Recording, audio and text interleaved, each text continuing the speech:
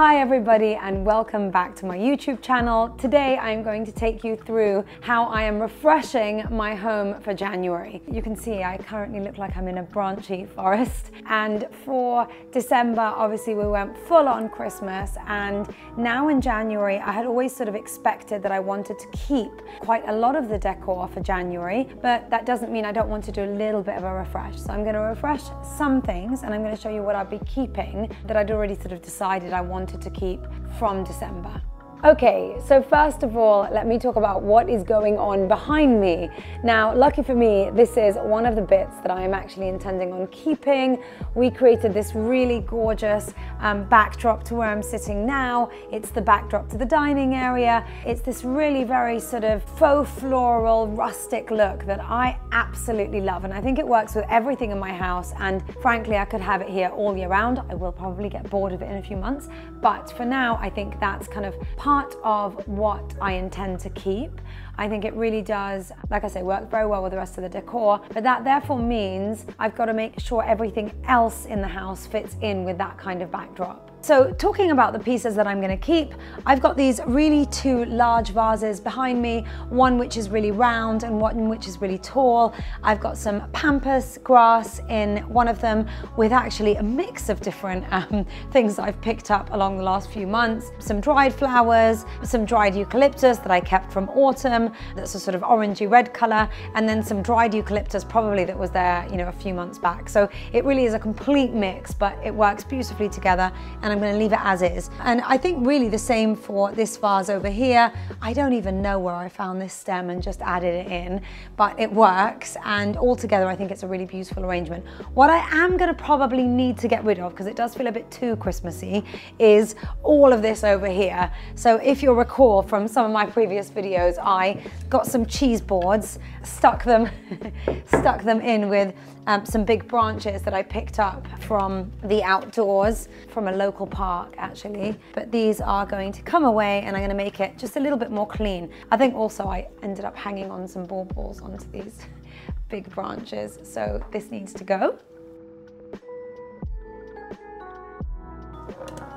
I've also got this really gorgeous dried wreath that I ended up adding some acorns to. You know, lovely as it is, it still feels very festive and very Christmassy, so it's coming down.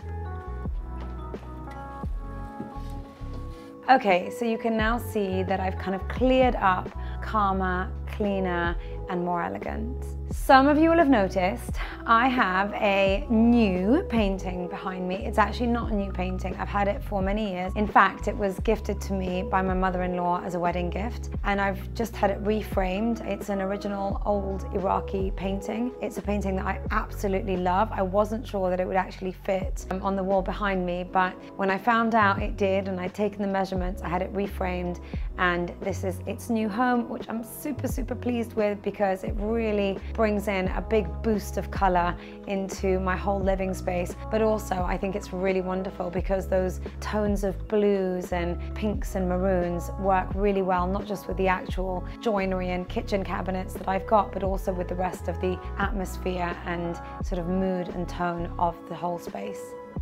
Okay, let's move on to the next area. Okay, so the next piece that I need to change, although very unwillingly I have to say, is this beautiful centerpiece on my left-hand side, which actually was a gift from a very dear friend of mine. So A, that's one reason I don't want to take it down, but also B, it really is outstandingly beautiful. I'm actually going to just try and take out some of these twigs and use them in a really rustic arrangement in the middle of the table. Now, something I've been wanting to do for a while, and I now have the backdrop to be able to do it, is create a sort of rustic foraged look. So I did buy some branches from the flower market, and I thought I'd combine them with some of these branches, and I'm going to actually clip some of the very overgrown olive trees that I have outside, and I'm hoping that between all of that branching sort of effect and look, we can create something really beautiful. I'm not sure how it's going to look, but I'm feeling hopeful, so let's do this together. Much trickier than it looks. Okay, woohoo! We've got one. Oh, they're so pretty. Look at the baubles. This is gonna need some force, I think.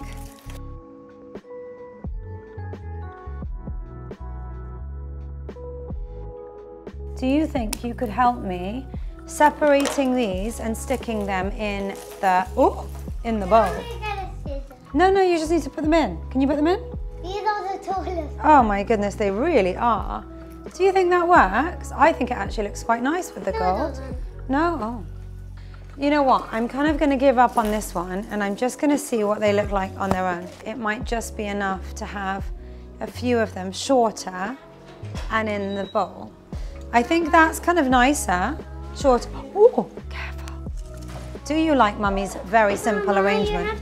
You need to be the judge. Is it good? Does it need some more? Too many big ones. We need a little bit small. Okay. Small. I like this. Thank you. I think they really look fantastic in this location because the backdrop is such that actually you feel it could last throughout the year. This just very branchy, airy feeling is perfect for the area.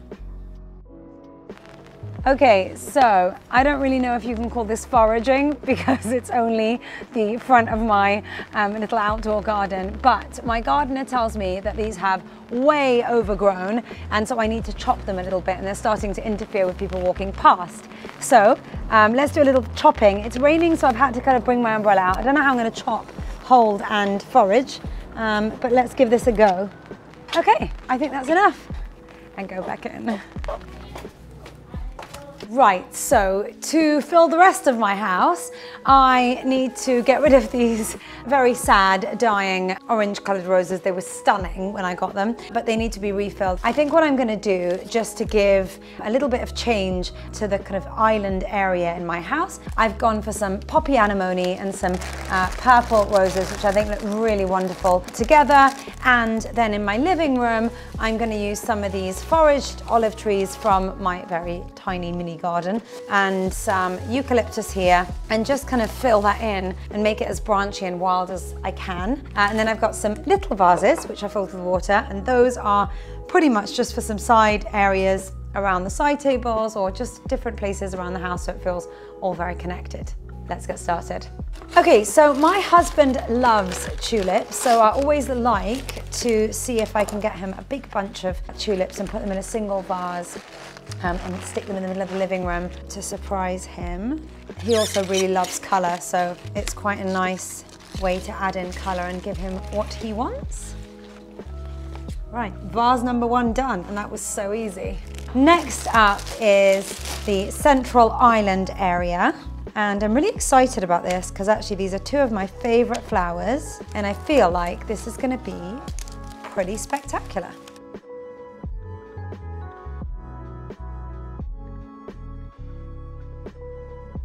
I love flower arranging. Here we are.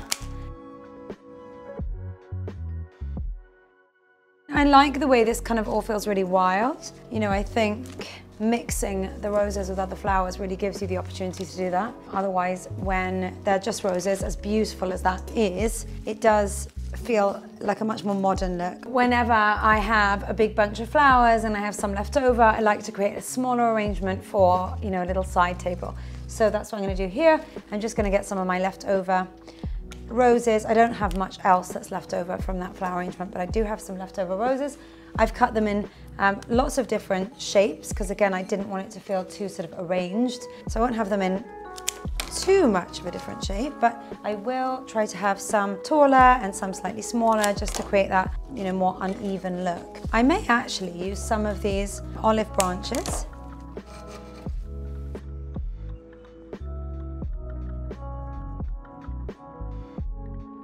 So finally, I am going to do a green foraged arrangement for the living room. Wild and natural is the look we're going for.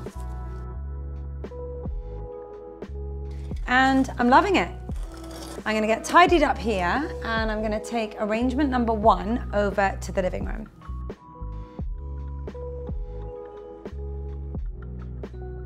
What I really like to do when I change one of the arrangements on the coffee table, or ottomans as we've got here, is then just change what I've got displaying in one of the coffee table books, because I feel it really changes the whole environment and the whole setting and just feels like a really fresh new space.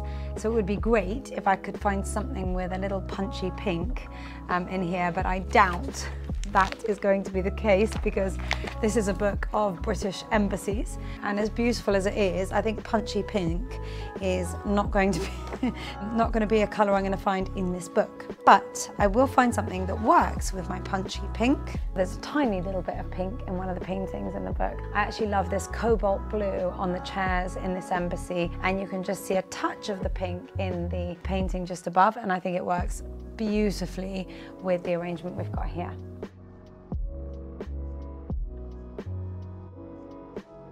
Adding in this very small kind of side vase onto my tray on the ottoman, and what I've done on the coffee table books, which I really love to keep open, because I honestly feel like if you've got beautiful coffee table books, they were not meant to be closed. And so I've opened two of them in this kind of maroonish, pinkish, orangey page, and I really feel it adds this massive explosion of colour to this really neutral palette.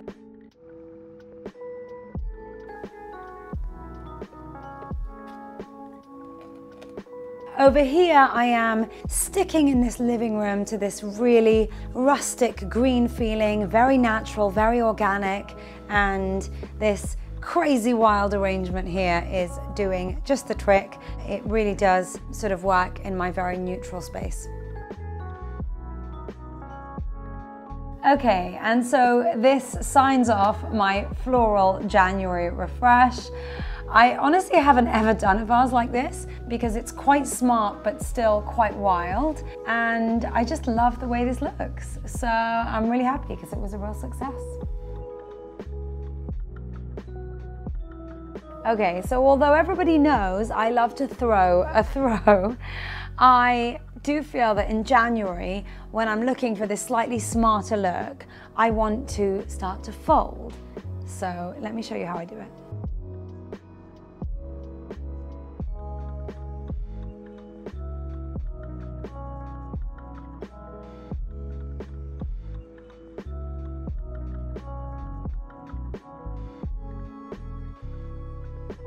So this definitely creates a slightly smarter look, which I just like the feeling of in January. I like this feeling of, you know, new year, everything is a bit smart and crisper feeling. And although I love throwing the throw, I feel we do that a lot in December. And so January is time for, you know, just a smarter feel. Okay, so for my final January change, of course, I've got to find a way to integrate the actual Christmas presents that we got for our kids. Now this year we decided really to get one big gift for all of our children, and the gift was a interchangeable chess and backgammon table. It's a very, very special gift. It was from David Linley, and it's a really beautiful piece. All my kids play chess and backgammon, so it's got this tabletop and chess table underneath. And I feel like, because we went to all the trouble to have this purchased and, you know, made for us, we are going to give it a permanent home in our living room. And so I'm going to swap out one of the side tables, find another home for it, and stick this in as a sort of permanent feature of the living room.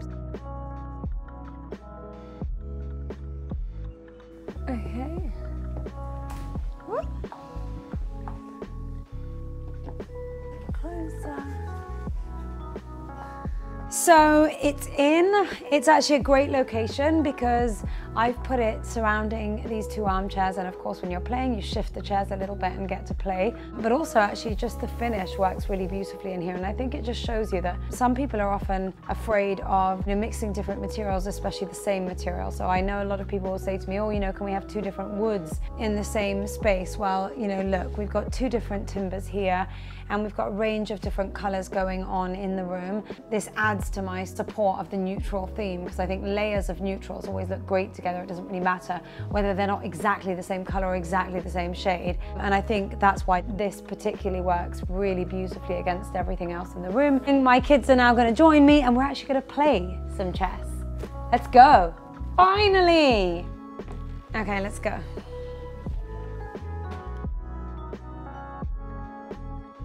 Good. Go for it. Let's go. It's just not hard to beat me.